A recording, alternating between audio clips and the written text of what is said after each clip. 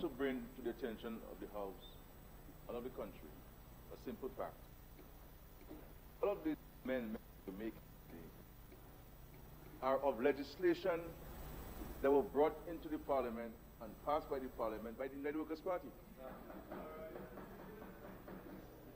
And they're saying, and the European OECD saying to us in 2019 that this legislation are issues with them. The member will deny speaking again, but can he go a little softer, please? Now, the leader of the opposition, Madam Speaker, is talking about our engagement to those. Madam Speaker, I don't have to come here. The world knows Dominica's position on many issues, honestly. We don't fight with people, but we speak very candidly and very firmly with this. And I will say to him, when he talk about we have a right and a space, yes, all these things are fine. But look at this, Mr. Linton, leader of the opposition. Only every year, the world goes to the United Nations and votes against the embargo against Cuba. But it is held because one country says that I shall impose sanctions on you, impose an embargo on you, by passing the legislation in the Congress, the Helms-Burton Act, which forbids any Cuban from going into any American-owned entity, so they can't go into a hotel. That is the Hilton or Marriott brand. So yes, you will push back when these issues have been posed on you. Yes, you will protest. Yes, you will engage them in discussions. Yes, you will draw to your attention that which they're proposing to you is contrary to international law and best practices. Yes, you will do all those things. But don't give the impression as if, well, there's something that can be done. We can say no to them. Yes, we can say that. But how foolish we would be and how irresponsible we would be to not recognize the reality of the situation.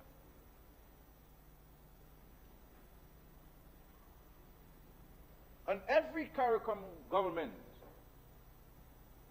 has sought to oppose that which has been pushed on. Because we believe in a fundamental way that there is a misconception and a wrong perception of how things are being done by us in the Caribbean. And the world knows that when it comes to cooperation on security matters and all of the issues which the world continues to confront with, the Caribbean region, Dominica included, always stand at the forefront. At the forefront. Because and this region is the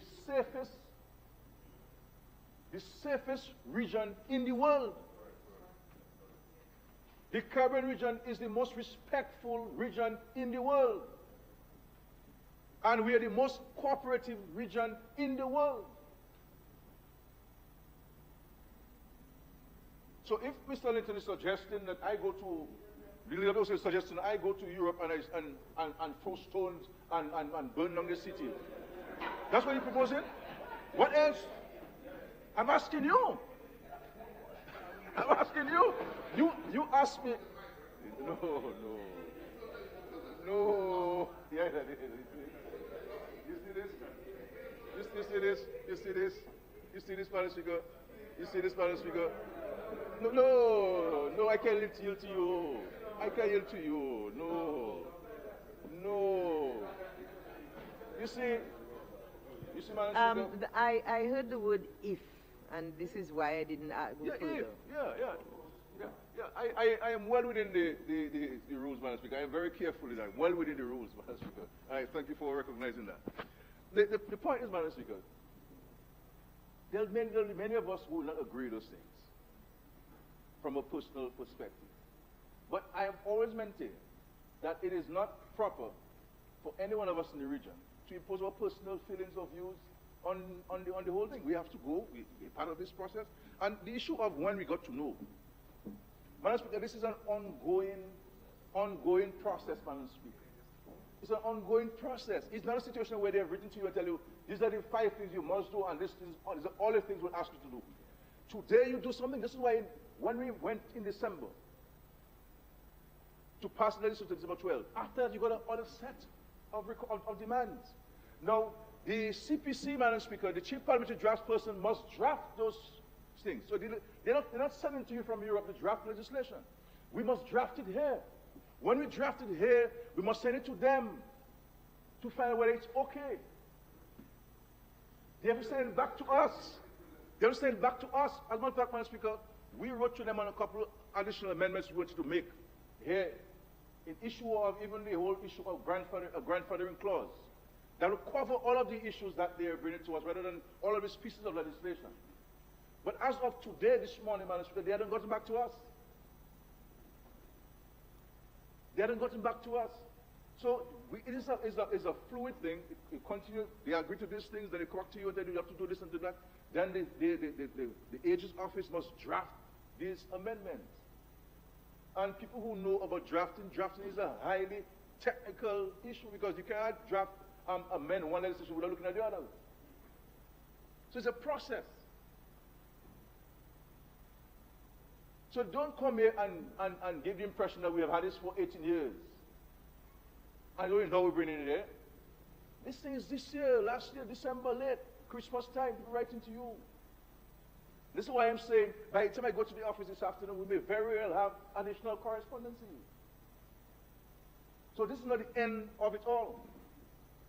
This is not the end of it all. It's a process, Madam Speaker, and we continue to do these things. Now, I can say to the country that very early in recognizing the demands by the CFATF and other jurisdictions in respect to the international financial sector, we have ensured that we have never relied too heavily on this sector. As a matter of fact, Madam Speaker, there have been discussions at the cabinet level because of the numerous requests for amendments to legislation and so on, that we believe that it might be in our national interest to eventually get out of the industry. Because the sheer cost of overseeing the demands by the international community, it might be in our interest to move away from this. And this is why, Madam Speaker, we are investing in 5-star hotels so that we can bring sustainable jobs here.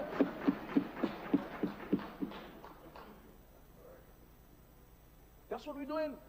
And this is why, Madam Speaker, we have educated the masses of people in Dominica so they can have not only skills to take advantage of jobs in Dominica, but the world over. That not only Dominica is their marketplace, but the world is their marketplace. That Dominicans who are now trained can apply for a job anywhere in the world. That's what we're doing. And building the infrastructure to attract investment. And this is why, Madam Speaker, we will build a new cargo port. And this is why we will build a cruise ship village.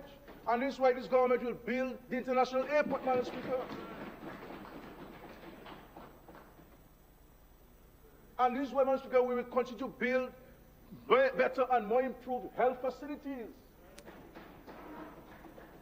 And when you lead up with questions just about our ability to negotiate, Madam Speaker, we will see the records of the state that no government in the history of Dominica, Madam Speaker, and David Eugene Charles, Mayor Solas in peace, was a good negotiator.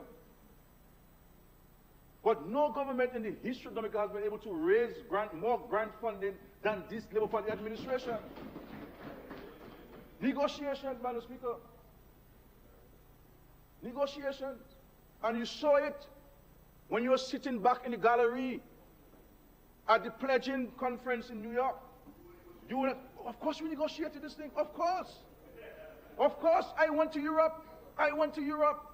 I went to Europe. I spoke to Canada government bilaterally. Yes. Yes. Yes. But of course, we have spent some.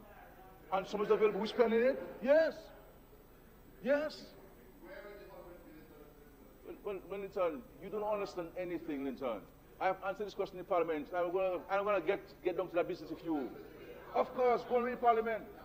So, but you do not have the ability to negotiate for anything. You have no knowledge of anything where government and international affairs are concerned. Nothing. What you trust to do, instead of speaking to the world, when you are the 100 million people, yes. I am responding to you. You ask me questions, I'm responding to you. Yes. Yes. I'm addressing you. Yes. $100 million audience. Madam Speaker, when the leader of the opposition had the opportunity to speak to one